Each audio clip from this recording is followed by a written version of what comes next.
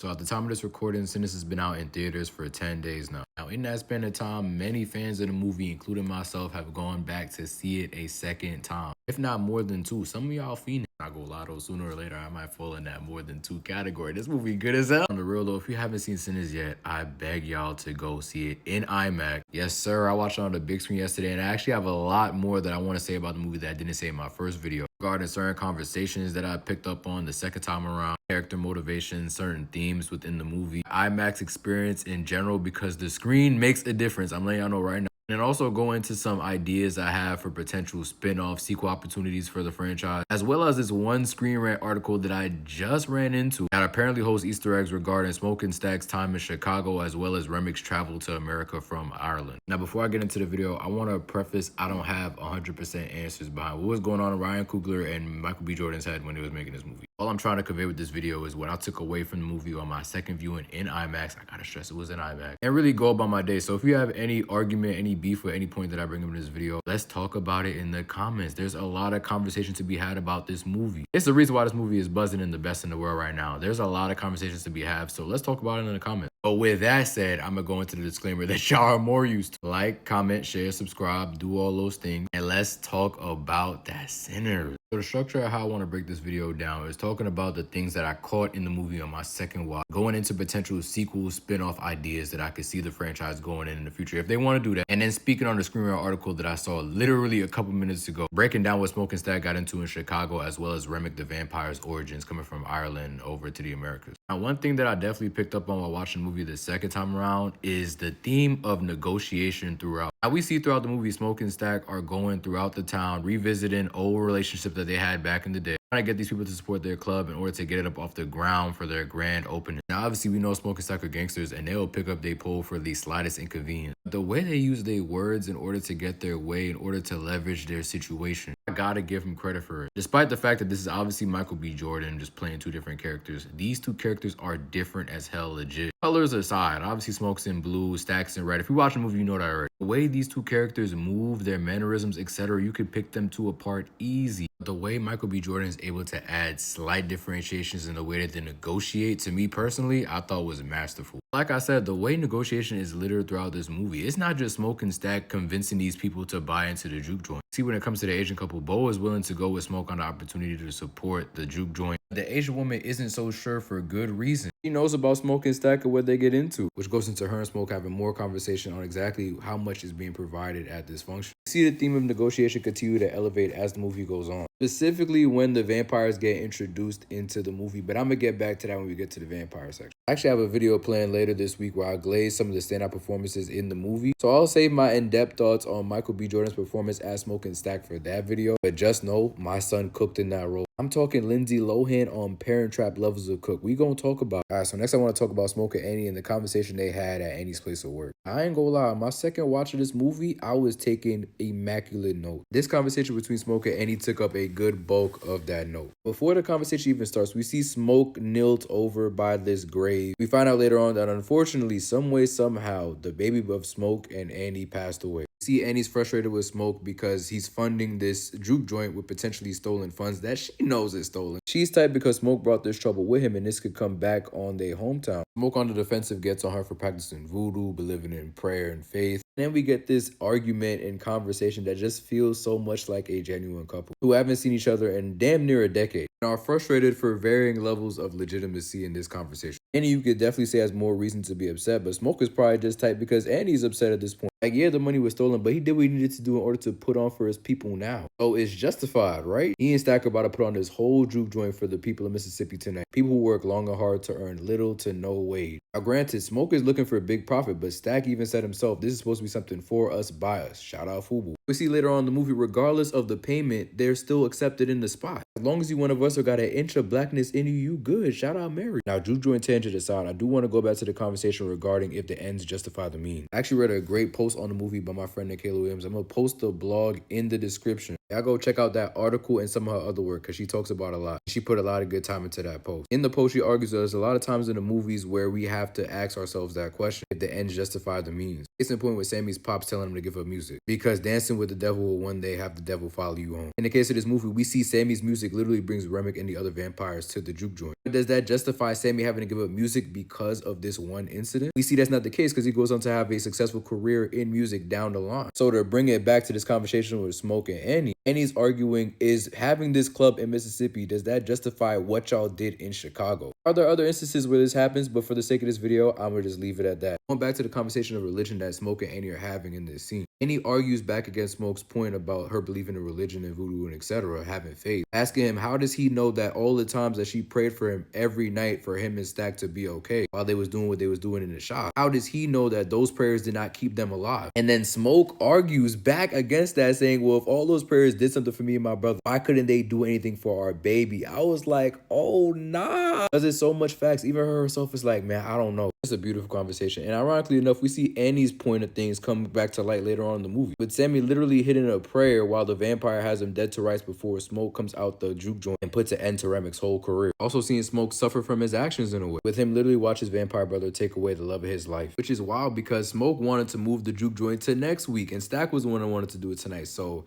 it's all crazy. Now, when I seen this scene in the movie and I saw all the memories flash back in Smoke's head, I immediately thought he was feeling guilt. All the lives lost at the juke joint, as he and Stack wanted to put on to this degree. And I have to say that the vampires pulled up on his account. We know that it was related to the music, of course. Still, being the one to put this joint on after coming back, after securing all that money in Chicago, losing not just the life of random folk, but people that they came up with, the life of his brother that he ran up that bag with in Chicago, I know he feeling every bit of that. Then proceeds to take his frustration out on them Klansmen. You love to see. I saw a lot of the conversation with Smoke and Annie in the conversation with Stack and Mary. It's definitely not a perfect mirror, but you see Stack trying to distance himself from Mary, not because she's mostly white, but to protect her from being associated with him. Not just because he's black, because he's a gangster, but mainly because he's black. We see Mary not give a damn about none of that. She loves Stack for him. She don't care about what nobody else got to say about it. This cast play they roll to a T, bro. Like, Mary is perfect for Stack and Annie is perfect for Smoke. See the concepts of forbidden love explored with Stack and Mary, but also the advantage, quote unquote, of whiteness being exploited by a white person, by other white people. Because when Mary convinces Stack to go out there to talk to the vampires, to try to see what their deal is, they end up turning on her and literally turn her into a vampire, thinking she can get more information out of them because she's white and he's black. The whole time, all that could have been avoided if you just didn't turn your back. I was so mad in that movie theater seeing Mary turn her back on them clear ops. You know better than that. Very glad to see the relationship continue despite the circumstances though, especially because they couldn't spend it as freely as Smoke and Annie were back in the day because of their situation. Last character I want to talk about before I get into spinoff and sequel speculation is Sammy, who in my opinion is the main character of this movie, no doubt. Smoke and Stack do a great job, but Sammy is the one going through all the conflict. The one we see at the beginning of the movie going against his father, who's telling him to give up music, who's constantly asking throughout the movie how's things in Chicago. I heard there's no Jim Crow out there, giving opportunities to men that look like us. He's the one that wants to know if there's more out there in the world outside of just working on the plantation. In this night, he sees with his talent, he could really go places. F whatever Smoke is saying, he's staying dedicated to the music, and we see it paid off for him in the end. We see him do what Smoke and Stack could not. Take their advice, all lessons he got from them, Slim, Harry, his pops, etc., and thrive. I love seeing him grow throughout the movie into his own man. Like, this is really more than just a horror movie. I'm trying to tell y'all. We're literally seeing a coming of age story in Sammy's character. I could probably make a whole video on just Sammy alone, but again, the absence of time. I don't know how accurate this article is, but whether or not Michael B. Jordan and Ryan Coogler are really trying to do a Sinners sequel, I got a couple of ideas of some directions they can go with it. One thing I feel like the movie lacked in was a clear origin of these vampires. It's very possible Remy could be the first vampire, or he could not be. Regardless of what though, I think that the sequel can definitely explore the origin of these vampires, learn more of their connection to actual vampire lore, see why they're so drawn to music, and get more insight on why we have to let them in. Obviously for the movie it's meant to be poetic, symbolizing allowing outsiders to invade a sacred space, being the juke joint. It'll be interesting to see how vampires first came to the Americas and how they're able to use this form of negotiation to get to where they are today, even if it just focuses on Remick and how he got to this point in his life. Bro literally just fell into the movie. I'm gonna need more of an origin than that. We could also talk about what Smoke and Stack got into in Chicago, get a full look of exactly what happened out there, as well as what led them to leave Mississippi. We can assume it was because Smoke lost his child, but what was Stack's motivation? We could even potentially get more on Sammy after he left Mississippi, the trials and tribulations he faced before he became a legend 60 years down the line. I wouldn't even mind if we got more of Stack and Mary after the events of that night. see what they got into and how they navigated over the years as vampires. Maybe seeing them deal with the difficulties of being let into their new surroundings as vampires. Alright, now let's talk about this article Screenrant dropped. Apparently there's this page on Spotify called Sinners Movie that dropped a couple of newspaper articles that point to Reming's origins and Smoke and Stack's time out in Chicago. I'll honestly probably make a follow-up video on these 3 articles themselves, because these articles could provide the perfect layout for some of the sequels that I mentioned before. Not only do we have hints of Remick coming to America from an Irish immigrant ship, there's a confirmation that Smoke and Stack did rob a bank and knew Al Capone. Link the article in the description for those of y'all who want to read, but in conclusion, this movie is a 10.